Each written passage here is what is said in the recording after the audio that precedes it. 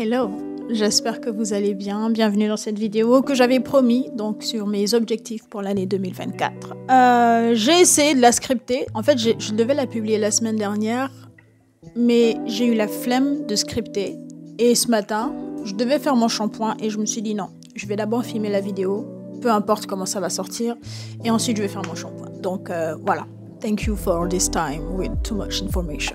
Anyway, j'ai noté 2-3 trucs ici pour ne pas trop partir dans tous les sens, parce que généralement quand je ne scripte pas mes vidéos, je parle parce que la passion et tout, et je me perds dans ce que je dis et voilà, comme à l'instant.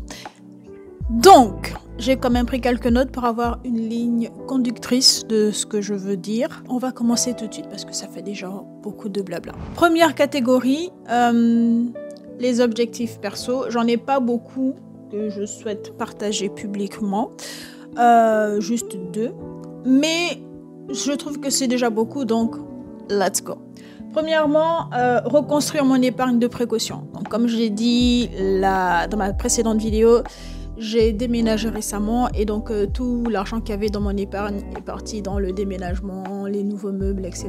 Donc vous imaginez bien qu'actuellement, enfin en tout cas au début du déménagement, l'épargne elle était de 0. Donc l'objectif c'est d'avoir entre 3 et 6 mois de dépenses, l'équivalent de 3 à 6 mois de dépenses minimum, mes dépenses minimum, genre payer pour mon logement, la bouffe, le transport, les trucs vraiment hyper importants pour lesquels j'ai besoin de survivre. Et l'objectif à terme, c'est d'avoir 3 à 6 mois d'équivalent de salaire. Enfin, mon vrai objectif, c'est d'avoir une année entière, mais on va commencer doucement et on va partir sur 3 à 6 mois de salaire. Mais le vrai objectif à terme, c'est 12 mois. Anyway. Donc là, on repart sur la reconstruction de mon épargne de précaution, My Emergency Fund. J'ai commencé donc en janvier. Donc là, j'ai remis des sous en février puisque la paie est passée. J'ai déjà un certain montant dessus. Donc ça, je vais essayer d'avoir un rythme régulier, de toujours mettre au minimum la même somme tous les mois. Et on espère que d'ici le 31 décembre, j'aurai les 3 à 6 mois de dépenses. Je vise les 6 mois, mais d'après mes calculs, je pense que je devrais avoir plutôt 4 mois. Mais c'est déjà très bien parce que le minimum que j'aimerais avoir, c'est 3 mois. Donc franchement, c'est déjà une très bonne chose. Et après, à partir de là, je vais build pour avoir l'objectif à terme qui est les 3 à 6 mois d'équivalent de salaire. Donc voilà, ça c'est mon premier objectif perso. J'en parle parce que les finances personnelles, c'est vraiment une passion. J'adore en parler, j'adore en discuter. J'aime voir comment les autres évoluent, les systèmes, les process qu'ils mettent en place pour ce type de sujet. Donc je n'ai pas trop de problèmes à en parler, même s'il y a certaines informations qui doivent rester confidentielles, évidemment. Mais j'ai pas spécialement de problème à en parler. Bon, peut-être pas à une aussi large échelle comme ça, mais dans les discussions, il n'y a pas de problème, moi, pour en discuter. Quand le sujet se présente avec des amis ou des proches, etc., moi, j'ai pas spécialement de problème à dire combien je gagne, combien j'épargne, combien je dépense aussi, combien est-ce que je suis taxée et autres, parce que c'est cette transparence qui permet à beaucoup d'avoir des informations, de savoir comment fonctionner, etc. Moi, je sais que les vidéos des Américaines m'ont beaucoup aidé justement pour apprendre à construire mon budget, anticiper et prévoir à long terme, etc. Donc, si je peux aider, ou en tout cas inspirer certaines personnes, bah, let's go, quoi. Anyway. Donc voilà, premier objectif perso pour cette année, l'épargne de précaution à reconstruire. Le deuxième objectif, c'est d'implémenter des routines qui tiennent. Je veux mettre en place une organisation qui me permette, comme vous allez le voir tout à l'heure, j'ai pas mal de petits projets qui vont nécessiter une certaine organisation pour pouvoir les effectuer, les réaliser. Donc je vais avoir besoin d'une organisation bien cadrée, bien réglementée, en incluant évidemment les imprévus, les urgences, etc. Mais en tout cas que je puisse avoir un cadre, moi, qui me permette d'avoir de la discipline, parce que comme on dit souvent, on voit souvent sur internet, la motivation c'est bien, la discipline c'est mieux. Donc ces routines vont me permettre de me discipliner dans mon organisation pour pouvoir gérer justement tous les projets que j'ai. Donc voilà, ce sont les 2 objectifs que j'ai sur 2024 pour la catégorie perso. Sur la partie pro, Avant de vous présenter mes projets et objectifs perso pour cette année, je veux revenir un instant sur un incident qui s'est passé récemment. Pas sur ma chaîne YouTube, mais sur mon blog que maintenant j'ai désactivé du coup. J'ai un blog sur WordPress et je n'ai pas publié dessus depuis une éternité. Bref, il vivait sa vie, etc. Et je reçois la semaine dernière ou cette semaine, je sais plus, je reçois un mail de WordPress justement qui me dit « Une demande de réinitialisation de mot de passe a été effectuée. Cliquez sur ce lien pour le faire. » L'adresse IP, c'était, je me rappelle plus, mais je le mettrai à l'écran. Et donc, je vais faire une recherche sur Google pour trouver un localisateur d'adresse IP. Et je vois que l'adresse IP est localisée en Chine. Et je dis « Mais... pourquoi? Qu'est-ce qui s'est passé là-bas? » Après, je pense pas que ce soit spécifiquement targeté contre moi, quoique. Mais en tout cas, je pense que c'était un truc général parce que je l'ai aussi reçu. J'ai aussi reçu le mail de demande de réinitialisation avec une adresse IP bizarre qui était localisée aussi, je pense, en Chine. Et je pense que c'est juste une attaque ou en tout cas des tentatives d'intrusion, de réinitialisation de mots de passe sur les projets qui sont sur WordPress. Donc, si c'est votre cas, faites gaffe. Ça m'a bien fait rigoler. Bon, j'ai eu paniqué 2 secondes quand j'ai vu l'adresse IP. Je me suis dit, ah, punaise, des hackers. Bon, je me suis dit, mais non, mon projet n'est pas si... Je vois pas pourquoi est-ce qu'ils voudraient m'attaquer moi, spécifiquement, etc. Donc, j'ai changé le mot de passe, évidemment. Je l'ai bien corsé, tellement corsé que j'espère m'en rappeler parce que voilà.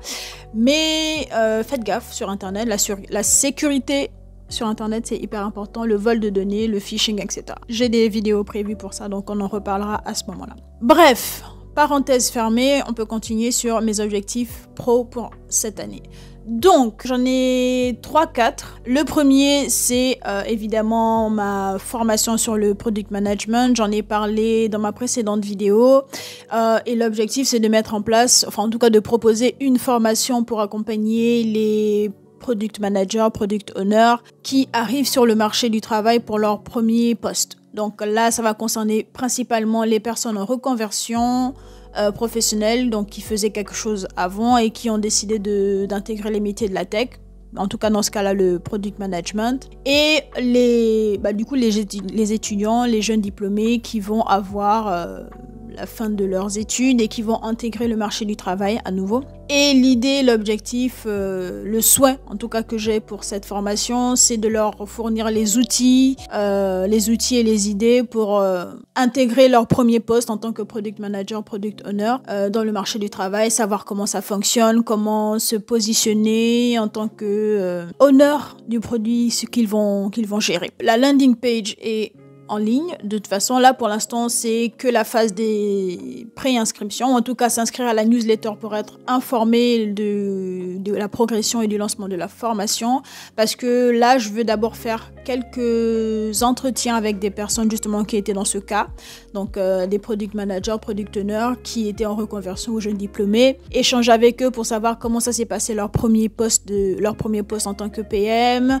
Quelles sont les attentes auxquelles ils ou elles ont dû répondre, comment est-ce qu'ils auraient aimé être armés, les informations qu'ils auraient aimé avoir avant d'intégrer ce poste, etc. Donc, quand j'aurai fini cette partie interview, feedback, etc., je lancerai la formation. Et ça me permettra aussi d'éviter de lancer un truc qui n'est pas forcément pertinent pour les personnes qui en ont besoin, parce que si je fais une formation me basant moi sur mon expérience, c'est pas forcément ce dont les autres ont besoin. Donc là, au moins, je serai au plus près de ce que les gens recherchent et ce qui pourra les aider, eux, à mieux aborder leur nouveau métier de PM, PO.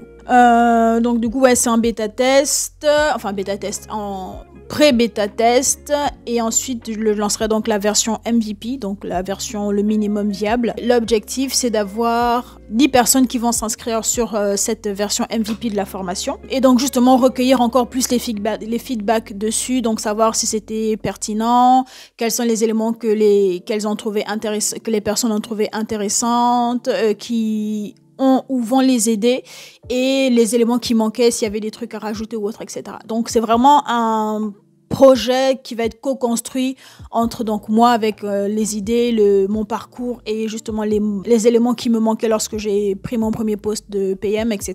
Et les personnes, le public cible, donc savoir exactement ce qu'elles en ont pensé, comment est-ce que je peux améliorer encore plus la formation, etc. Donc amélioration continue, Scrum, PM, tout ça.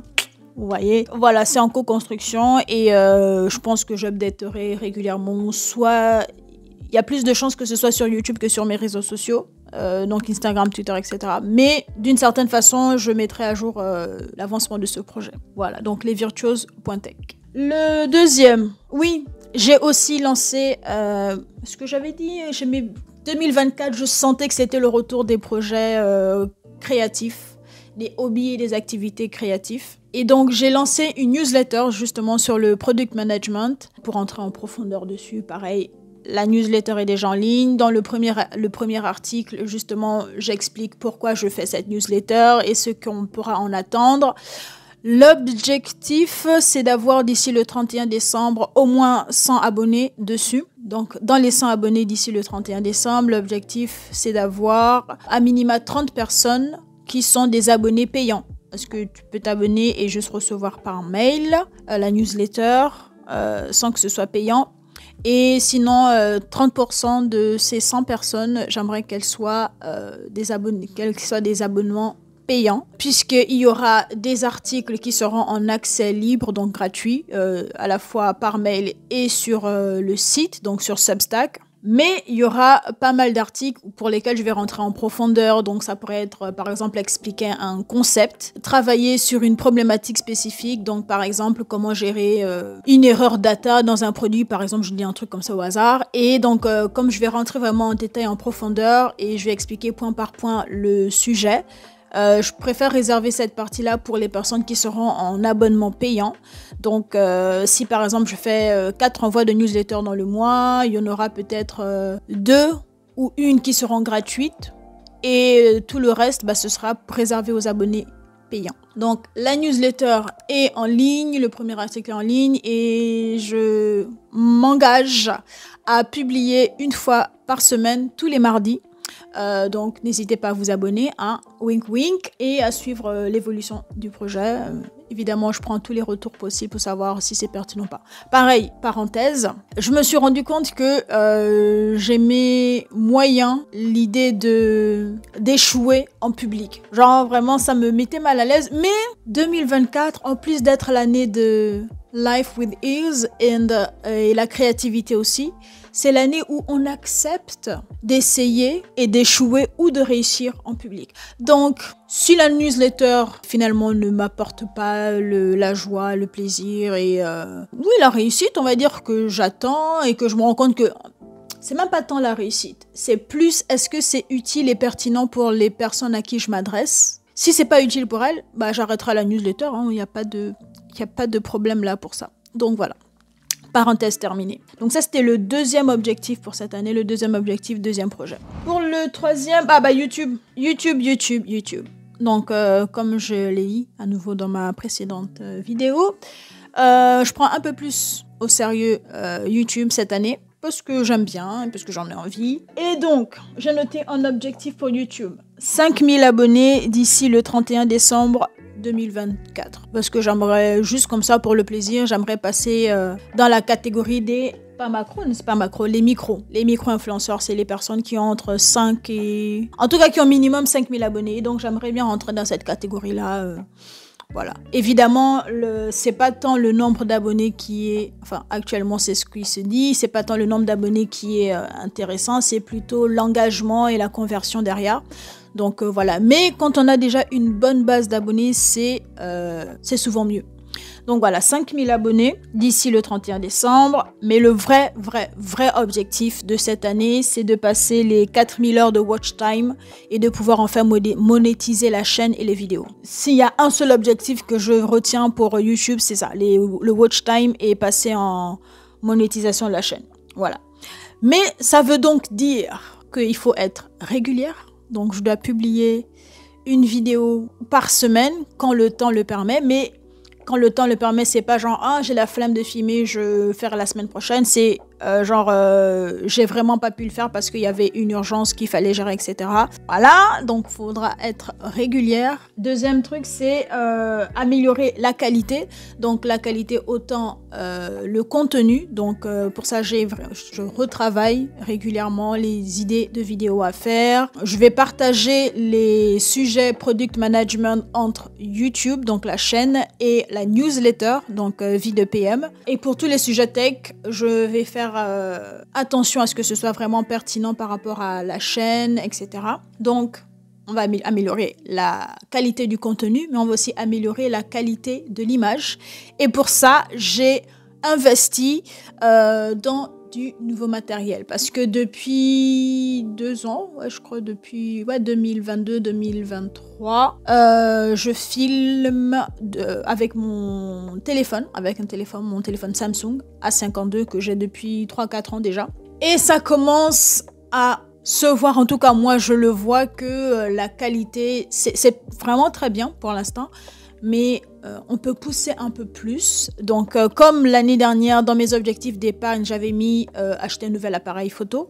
C'est ce que j'ai fait. Donc, j'ai profité là des soldes. J'ai acheté un nouvel appareil photo. J'ai pris le Sony ZV-1 qui est apparemment un staple, comme les Américains disent. C'est un appareil qui est très bien noté, très recommandé pour les créateurs de contenu. Donc, je profitais de la promo, je me dis pourquoi pas, à voir ce que ça va donner. Mais en tout cas, la qualité est censée être meilleure. Et ça aidera aussi le monteur parce que lui, il voit ça pendant des heures pour pouvoir bien monter. Donc, ce serait bien que moi, il ait une bonne qualité de départ sur laquelle travailler. Voilà, donc le watch time, donc consistency, quality et promotion. Comme je dis souvent, je n'ai pas encore percé sur les internets parce que j'ai la flemme. Vraiment, je publie une vidéo déjà quand je suis inspirée. Mais en plus, je partage qu'une seule fois. C'est-à-dire que le jour où je la publie, je partage sur mon compte Twitter et sur mon compte Instagram. Et après, basta. Et ça doit changer. Donc là, je dois être plus active dans la façon de communiquer sur mes projets et notamment YouTube. Donc là, je vais partager beaucoup plus souvent. Je vais mettre en place des process et des moyens de communiquer largement sur ce que je fais sur YouTube et accessoirement aussi sur les autres projets. Donc, on va travailler sur ces 3 piliers-là pour développer justement le watch time et passer la monétisation. Donc ça, c'était pour YouTube. Le 4e projet et objectif pour cette année, il est encore in progress. Il n'est pas totalement fixé et en plus, je travaille pas seule dessus. Enfin, je l'avais lancé. Je vais vous raconter rapidement la genèse du projet. J'étais sur Twitter, comme beaucoup trop souvent, et il y a une sauce qui explose et je balance un tweet pour rigoler. Voilà, je dis je mettrai le screen. Et mais c'est vraiment un projet que j'ai en tête depuis des années. Je pense depuis quasiment que j'ai fini mes études et ça fait 10 ans. Non, je rigole, vous pouvez le voir de toute façon sur LinkedIn, ça fait 10 ans, ça fait 10 ans que j'ai fini mes études. J'avais ce projet depuis un mois, mais c'était là en arrière-plan, en backseat. Donc, le projet vit sa vie, moi aussi je vis ma vie, et donc là, la sauce en question fait que je ressors l'idée et je me dis, pourquoi pas? Donc, je réfléchis rapidement, mais en parallèle, il y a des personnes qui m'envoient des messages pour dire, mais Andrésia, tu dis ça, mais moi aussi, c'est une idée que j'avais envie de faire. J'ai dit, let's go, ok? Donc, on est en train de travailler dessus. Pareil que pour les virtuoses.tech, je vous tiendrai informé sur l'avancée du projet. Anyway, c'était tout pour aujourd'hui. J'ai fait du hors-piste, sans script, mais les idées générales sont là. Les principaux projets et objectifs que j'ai pour cette année sont clairs. Et rendez-vous à la fin de l'année pour faire le bilan, savoir ce qui a été effectué et ce avec quoi je continue. Anyway, j'espère que la vidéo vous a plu et ou vous a été utile. Je vous dis à très très vite pour de nouvelles aventures.